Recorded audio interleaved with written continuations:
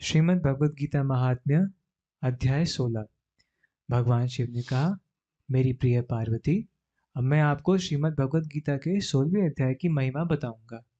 गुजरात में सौराष्ट्र सूरत नाम का नगर है। वहां राजा खड़गबाहु का राज्य था, जहां वे एक दूसरे स्वर्ग के राजा इंद्र की तरह रहते थे। उसने एक मदमस्त हाथी को रखा था जिसका नाम अरिमर्दन था, और उसके अभिमान के कारण उसके माथे से लगातार एक तरल पदार्थ बहता रहता था। एक दिन उस हाथी ने क्रोधावेश में अपनी जंजीरों को तोड़ दिया और अपने बाड़े को नष्ट करना शुरू कर दिया, जिसके बाद वह यहाँ वहां दौड़ने लगा और मतवाला होकर नागरिकों का पीछा करने लगा। सभी लोग जितना शीघ्र हो सके वहां से भाग गए। हाथी रखने वालों ने तुरंत राजा को सूचना दी, और जब राजा ने सुना तो वह अपने बेटे के साथ उस स्थान पर चला गया जहां वह पागल हाथी था। राजा खड़गबाहु जंगली हाथियों को नियंत्रित करने की कला जानते थे। राजा जब उस स्थान पर पहुंचा जहां हाथी उन्मत्त होकर भाग रहा था, तो उसने देखा कि कई व्यक्ति रौंद दिए गए हैं और अन्य लोग उस हाथी से बचने के लिए यहाँ वहां दौड़ रहे हैं। उसी समय जब राजा उस अव्यवस्था को देख रहे थे, तो उन्होंने देखा कि एक ब्राह्मण शांति से सरोवर में स्नान करके लौट रहा था। वह ब्राह्मण श्रीमद् भगवद गीता के 16वें अध्याय के पहले 3 श्लोकों का मौन रहकर पाठ कर रहे थे, जिसकी शुरुआत अभयम निर्भयता शब्द से होती है। जब लोगों ने देखा कि वे ब्राह्मण हाथी की ओर जा रहे हैं, तो उन्होंने उनको उस हाथी के निकट न जाने के लिए कहने का प्रयास किया, लेकिन वह ब्राह्मण उनमें से किसी पर ध्यान न देकर सीधे उस पागल हाथी के पास चले गए और उसे सहलाने लगे। जब हाथी ने ब्राह्मण को आते देखा तो वह तुरंत सारा क्रोध खो बैठा और शांति से लेट गया। इसके बाद जब ब्राह्मण ने हाथी की पीठ थपथपाई तो वह शांति पूर्वक अपने मार्ग पर चला गया। जब राजा और सभी नागरिकों ने इन आश्चर्यजनक घटनाओं को देखा तो वह चकित रह गए। राजा तुरंत जाकर उस ब्राह्मण के चरणों में गिर गया और उससे पूछा, ऐसी शांति और अद्भुत शक्तियों को प्राप्त करने के लिए आपने क्या तपस्या और पूजा की है? ब्राह्मण ने उत्तर दिया, प्रतिदिन मैं श्रीमद् भगवद गीता के 16वें अध्याय से कुछ श्लोकों का पाठ करता हूँ। भगवान शिव ने कहा।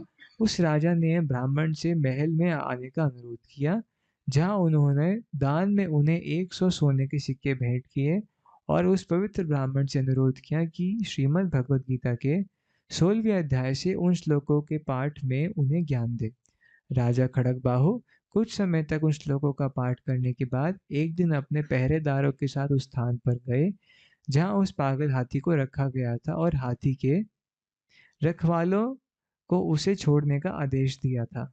इस पर राजा से नागरिक यह सोचकर उद्विग्न हो गए कि हाथी फिर से उन्मत्त होकर भागना शुरू कर देगा।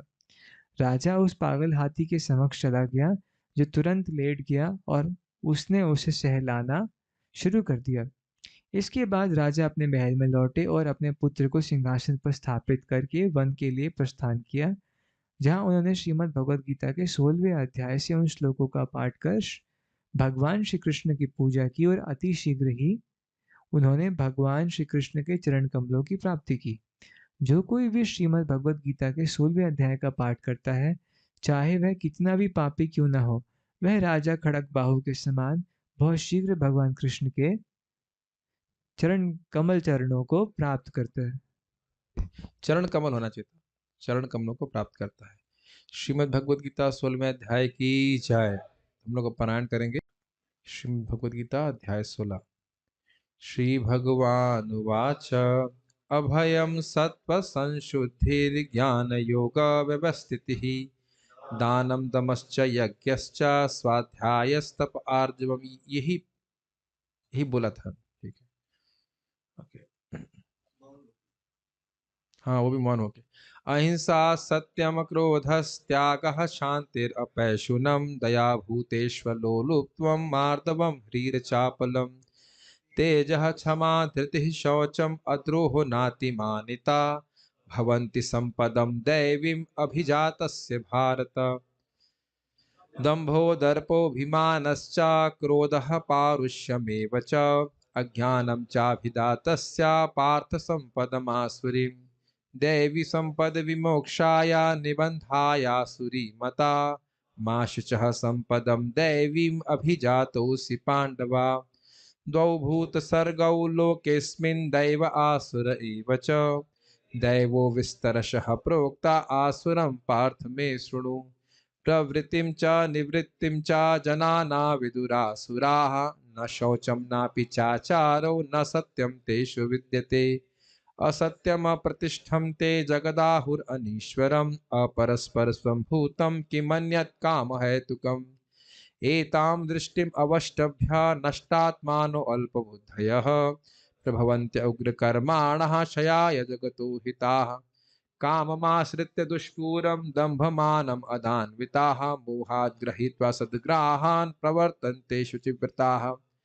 चिन्तां परिमेयां च प्रलयान्तम् उपाश्रिताः कामोपभोगपरमा एतावद् इति निश्चिताः आशपाशशतैर्बद्धा कामक्रोधपरायणाः ईहन्ते कामभोगार्थम् अन्ययान् अन्यायेनार्थसञ्चयान् इदमद्य मया लब्धम् इमं प्राप्स्ये मनोरथम् इदमस्तदीमपि मे भविष्यति पुनर्धनम् असौ मया हतः शत्रुर्हनिष्ये चापरानपि ईश्वरोऽहमहं भोगी सिद्धोऽहं बलवान् सुखी आढ्योऽभिजनवानस्मि कोऽन्यस्ति सदृशो मया यक्ष्ये दास्यामि मोदिष्ये इत्यज्ञानविमोहिताः अनेकचित्तविभ्रान्ताः मोहजालसमावृताः प्रसक्ताः कामभोगेषु पतन्ते नरकेषु च आत्मसम्भाविताः स्तब्धा धनमानमदान्विताः यजन्ते नाम यज्ञस्ते दम्भेनाविधिपूर्वकम्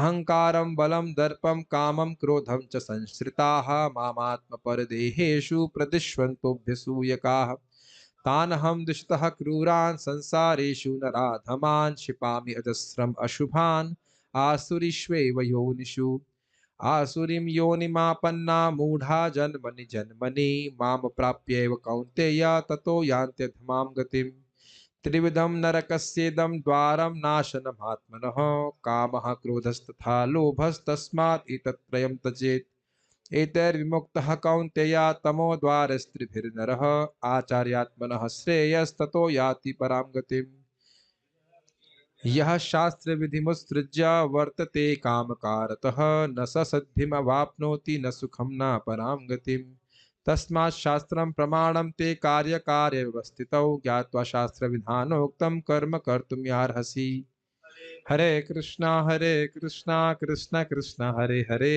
हरे Ram Ram Ram Hare Hare Hare Krishna thank you all yes